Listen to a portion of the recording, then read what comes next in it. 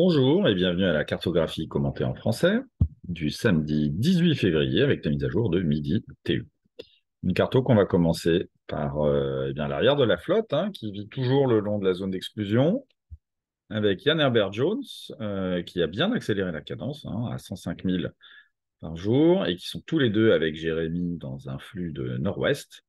Et Jérémy, lui, par contre, qui a mis le turbo avec 154 000 dans les dernières 24 heures, c'est tout simplement la meilleure distance parcourue sur 24 heures de la flotte pour le plus petit bateau, puisqu'Oleana est le plus petit et le plus léger bateau de la flotte. Et moi, je suis ravi que Jérémy puisse bien montrer enfin tout le potentiel de sa monture. Jérémy, qui effectivement prend le large avec Yann, puisqu'il a aujourd'hui 500 000 d'avance sur Yann et qu'il lui reste jusqu'à la sortie pas loin de 900 000. Disons entre 6 et 7 jours, avec 30 000 de différence. Il rajoutera peut-être 200 000 d'écart avec Yann, puisqu'il est plus rapide dans toutes les conditions pour sortir avec 700 000 d'avance. Pour eux, eh bien, ils ont toujours du vent tout le week-end.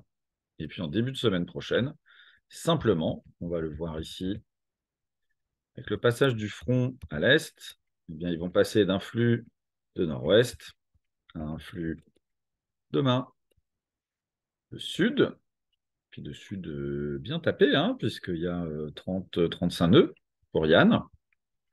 Et plus tard, dans la journée, et le lundi également pour Jérémy. Ce qui signifie pour eux une mer désagréable et croisée, évidemment, pour les prochains jours. Et puis Yann, il faut qu'il fasse attention, encore une fois, à ne pas se faire attraper le pauvre qui lutte depuis des semaines, depuis qu'il a quitté la Tasmanie, avec des hautes pressions, des belles zones bleues sans vent, qui sont là pour l'englober. Et celle-ci va être très, très, très difficile à éviter.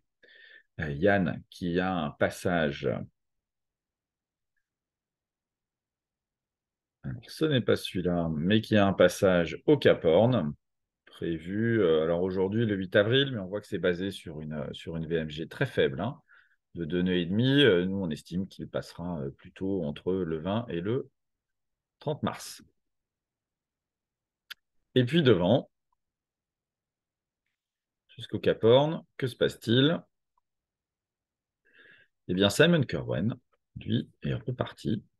On le voit. Ça n'a pas été facile, puisqu'il est reparti dans un flux ici de sud-ouest qui lui permet ou de faire un bord plein ouest pour s'écarter des côtes, ou de revenir vers la côte. On voit qu'il a infléchi ici nettement sa route, puisqu'il arrive à faire du 170. Du 170, c'est bien, c'est beaucoup plus sud que sud-ouest. Et pour lui, le jeu va être d'atteindre assez rapidement ici Tres Montes, qui est un petit peu la séparation entre le vent qui passe ici vers le sud-est et ici vers le nord-est. Et Simon, qu'encore 148 000 pour arriver à la péninsula des Tres Montes, 150 000. Évidemment pas en route directe, ce sera beaucoup plus d'une journée, mais qui assez rapidement va trouver un flux d'ouest en bas pour l'aider à descendre. Et devant lui, celui qui fait la bonne affaire, c'est Michael Guggenberger. Michael ici, qui a empanné pour se diriger vers le Cap Horn et qui annonce toujours des grosses journées. Bon, là, 117 000, c'est pas colossal, mais il a toujours une excellente moyenne, Michael, qui est aujourd'hui à 800 000 du Cap Horn, avec, on va le voir ici, une arrivée semaine prochaine pour lui. Et lui, que va-t-il avoir cette semaine? Eh bien, on va le voir ici. Ici. Voilà, ça c'est la position actuelle de Michael qui descend vers le Cap Horn.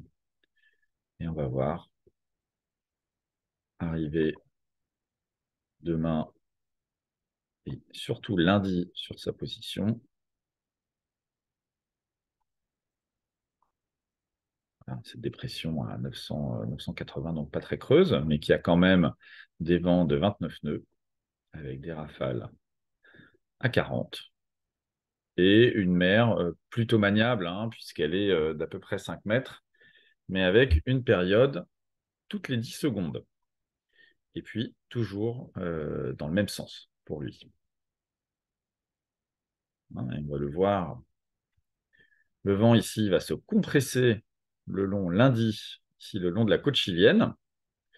Donc, notre ami Simon, eh bien, il sera probablement par ici. Donc, lui, ben, aura enfin du vent d'ouest-nord-ouest pour descendre. Et puis, on voit que ça se compresse ici, mais heureusement pour Abilash, lui aura déjà passé le Cap Horn. Donc, il va éviter le plus fort de cette dépression à venir. Avec ici une deuxième. Mais ça, on en saura plus lundi. En tout cas, Michael, qui lui a eu vraiment des conditions assez clémentes pour l'instant pour redescendre, eh bien, il est maintenant dans les 50e hurlants, puisqu'il est à 51 degrés sud, et il va avoir une semaine assez animée avec beaucoup de gros vents et une mer assez grosse, mais qui sont des conditions qu'il affectionne particulièrement. Et puis évidemment, eh bien, la journée aujourd'hui, elle est pour Abilash Tomi. Abilash qui nous a forcé un peu à retenir notre souffle et à discuter de manière assez régulière avec les gardes-côtes chiliens qui voyaient d'un œil pas très amusé ces incursions proches de la côte dans les conditions difficiles de la semaine dernière. Et Abilash qui n'est vraiment plus très loin, 45 000. Donc, il va passer cette nuit à Bilache, puisque 45 000 à Sineux, et ben, ça lui fait passer aux environs de minuit. Voilà. Et il a très, très envie, à Bilache, de passer le Cap Horn et de enfin passer à autre chose, puisqu'il a eu quand même de très nombreuses avaries. Il a eu des problèmes d'éoliennes qui se sont arrachés et qui ont fait des trous dans le pont. Il a eu évidemment son régulateur d'allure qu'il a lâché au vent des côtes du Chili. Il a des problèmes d'eau. Enfin, il a vraiment envie de passer à autre chose. Et c'est pour ce soir. Donc, félicitations à Bilache avec une mer finalement aussi maniable. Et puis surtout, dans la bonne direction qui le pousse vers la sortie et l'accompagneront un petit peu dans les jours à venir. Et enfin,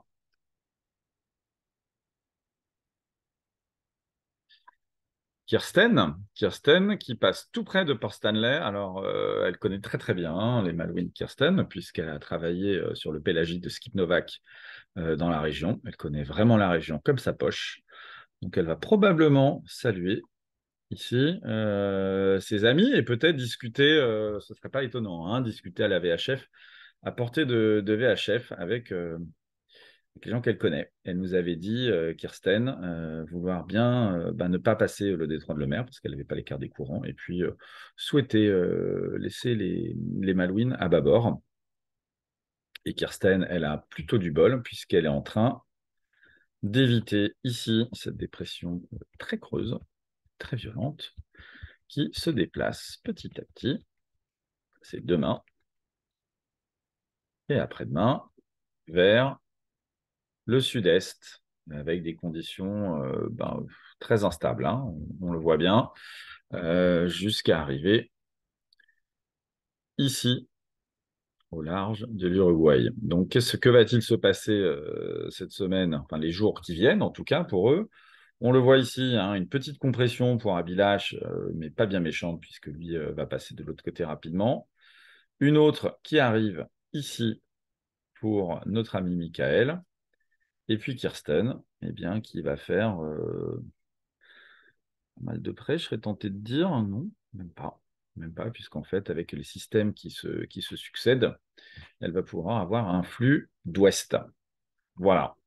Donc, ben, à retenir, évidemment, d'abord, Abilash qui passe cette nuit le Cap Horn. Simon qui a encore 2, 3 jours un petit peu compliqués avant de prendre le toboggan pour descendre. Et Michael qui va avoir une semaine assez chargée, mais voilà, qui lui aime bien ses conditions et estime ne pas en avoir eu assez. Voilà, c'était la cartographie du vendredi, mais qui est passée au samedi. Et quant à moi, je vous donne rendez-vous lundi. À bientôt.